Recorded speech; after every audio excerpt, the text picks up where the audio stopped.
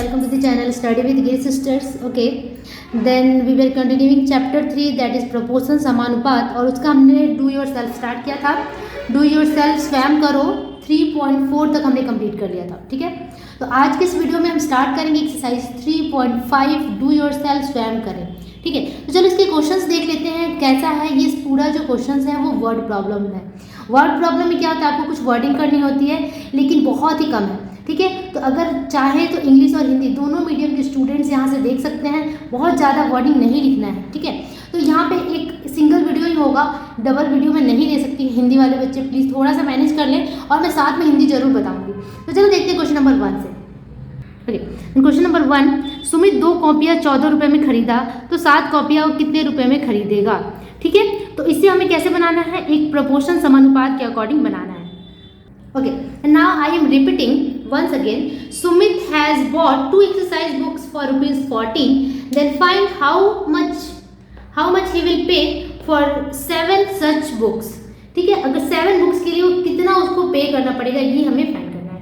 Okay, तो हमें इसे प्रोपोर्शन के अकॉर्डिंग बनाना है. तो पहले इसे हम प्रोपोर्शन के फॉर्म में चेंज कर देते हैं, then we will solve it. Okay, now we have to write first of all that number of books and what we have to find the cost of books. जो हमें find करना होता है उससे हमें क्या, अपने जो भी कॉपी बुक है, नोटबुक है, उसके राइट हैंड साइड पे रखना होगा. ठीक है, तो नंबर ऑफ बुक्स हमने इधर रख लिया और जो हमें फाइंड करना था, हमें कॉस्ट ऑफ बुक फाइंड करना था ना. कॉस्ट कितने में मिलेगा, 14 बुक है ना. कॉस्ट ऑफ बुक्स हम क्या रखते हैं, इधर रखते हैं. बुक का मूल्य, ठीक है, किताबों का मूल्य हमने इधर रख लिया. ओके, ना नंबर ऑफ बुक्स कितने थे, अगर नंबर ऑफ बुक्स 2 होते हैं then cost of number of books rupees 14. तो कॉस्ट ऑफ बुक कितना होता है, 14 रुपीज़ में 2 कॉपियाँ या 2 बुक्स हमें मिलते हैं. दो बुक्स हमें मिलते हैं 14 में. तो इसे हमने इस तरीके से लिख दिया, नंबर ऑफ बुक्स के नीचे 2, कॉस्ट ऑफ बुक 14. ना the number of books becomes 7. अगर 7 बुक्स होगा तो कितने कॉस्ट लगेगा, कितना पैसा लगेगा. यहाँ पे हम करते हैं क्वेश्चन मार्क. ठीक है, इस क्वेश्चन मार्क को हम डिनोट कर देंगे इससे x, y, z कोई भी एक डिफरेंट या फिर वेरिएबल के साथ. Okay, now what we have to do. Now हमें करना क्या होगा, हमें पहले अब फाइंड करना है कि ये जो प्रपोर्शन है वो डायरेक्ट है या इनडायरेक्ट है. ठीक है, तो इसे हम कैसे फाइंड करते हैं. अब आप देखोगे अगर नंबर ऑफ बुक्स, अगर 2 किताबें हैं और उसका जो प्राइस है 14 है, तो अगर 7 बुक्स हैं तो उसका प्राइस ऑब्वियसली ज़्यादा होगा. ठीक है, तो हम इसका मतलब क्या है कि अगर यहाँ पे बढ़ रहा है, if the number of books increases then cost of book also increase. ठीक है, मतलब कि नंबर ऑफ बुक्स बढ़ेगा तो कॉस्ट भी बढ़ेगा, इंक्रीज होगा. मतलब अगर ये इंक्रीज में जा रहा है, इसका मतलब ये एक डायरेक्ट प्रोपोर्शन है. ठीक है, आप चाहो तो इस तरीके से लिख सकते हो, if number of books increase then if the number of books increase then cost of book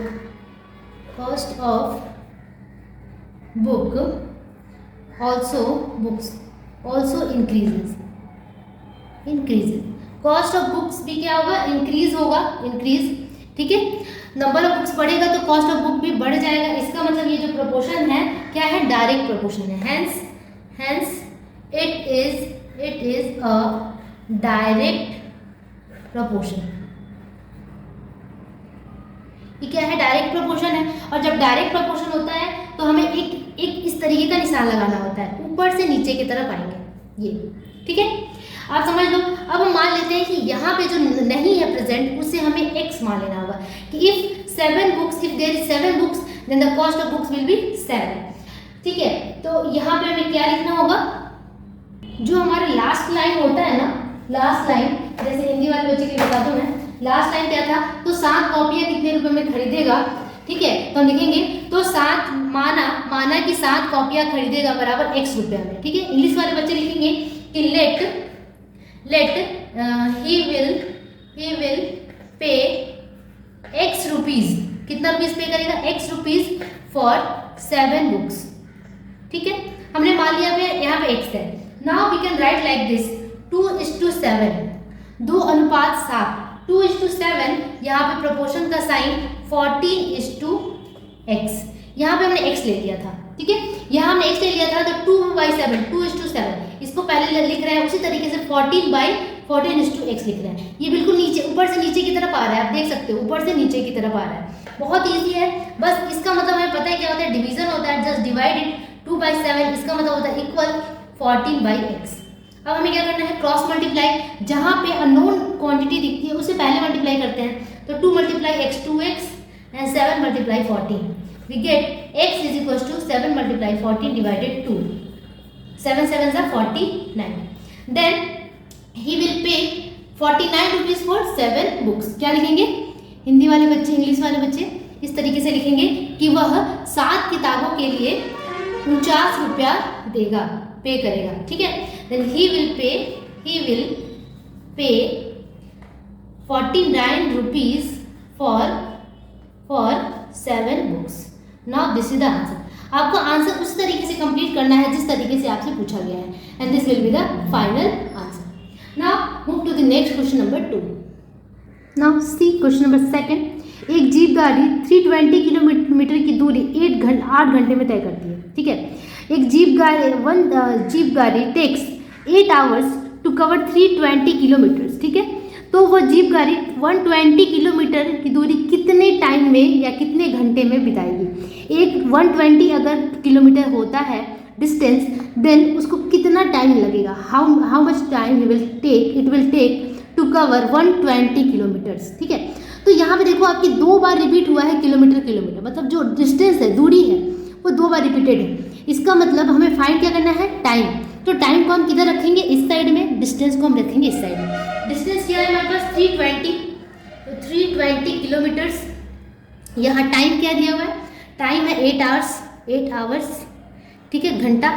then if it will take there is distance 120 kilometre, then how much time take to cover this distance, ठीक है। तो ये हमें नहीं पता है, 120 kilometre जाने में उसको कितना समय लगेगा, ये हमें नहीं पता है, यही हमें फाइंड करना है, ठीक है। अब आप देख सकते हो कि हमें अब निकालना है कि ये डायरेक्ट प्रोपोर्शन है या इनडायरेक्ट प्रोपोर्शन है, ठीक है। तो ये है डिस्टेंस और ये है टाइम। डिस्टेंस और टाइम में क्या है, डायरेक्ट प्रोपोर्शन ही होगा। देखिए इनडायरेक्ट प्रोपोर्शन तभी हो सकता है जब हम कह सकते हैं आदमी और दिन, मतलब कि मैन और टाइम का जो वो होता है, कंपैरिजन होता है, उसी में हम इनडायरेक्ट ज़्यादातर चांसेस होते हैं। क्यों, क्योंकि जो मैन का कार्य का क्षमता होता है ना, इफ़िशियंसी होती है, वो बढ़ भी सकती है, घट भी सकती है। अगर इसीलिए वहाँ पे थोड़ा सा इनडायरेक्ट प्रोपोर्शन आ जाता है, ज़्यादातर डायरेक्ट प्रोपोर्शन के ही चांसेस होते हैं। तो आप आँख बंद करके डायरेक्ट कीजिए, ईजिली बनेगा, ठीक है। तो अगर 320 में 8 आवर्स लगते हैं तो 120 में कितना लगेगा। यहाँ पे देखिए कि डिस्टेंस कम हो रहा है, इसका मतलब यहाँ पे भी टाइम कम लगेगा, ठीक है। अगर टाइम ज़्यादा लगता तो हम इनडायरेक्ट बोलते, तो यहाँ पे भी डायरेक्ट होगा। तो इस तरीके से हम ये निशान लगा देंगे डायरेक्ट प्रोपोर्शन का, ठीक है। अब हम करते हैं क्या, इससे हम बनाते हैं, और ये हमें नहीं पता है, तो लिखेंगे कि let it will take x hours to cover 120 kilometre. कितना x आवर्स, जो लास्ट लाइन है ना कि कितना लगेगा टाइम, वही आपको यहाँ पे लिखना है, कितना की जगह पे x पुट कर देना है, ठीक है। इतना भी मैं बता दे रही हूँ कि how to write a word problem, ठीक है। अब आपको क्या करना है, सिंपली इससे हम मैथमेटिकल फॉर्म में ये करते हैं, प्रोपोर्शनल के फॉर्म में। 320:120, दिस डिवाइडेड दिस, प्रोपोर्शन का साइन 8:x। अब इसका मतलब होता है division, 320 divided 120 is equal to 8/x। Cross multiply करना है हमें। Now cut this and cross multiply, 32x is equal to 8 × 12, then x equals 8 × 12 divided 32। Okay, now just इसे हमें क्या करना है, रिड्यूस करना है। तो 8 4 = 32 and 4 3 = 12, x is equal to 3। x हमने क्या माना था, व्हाट इज द टाइम माना था 120 किलोमीटर जाने के लिए। Then time is equal to 3 hours to cover 120 kilometres. 3 घंटे का समय लगेगा 120 किलोमीटर जाने में। हम क्या लिखेंगे, 3 घंटे का समय लगेगा 120 किलोमीटर जाने में। And this is the final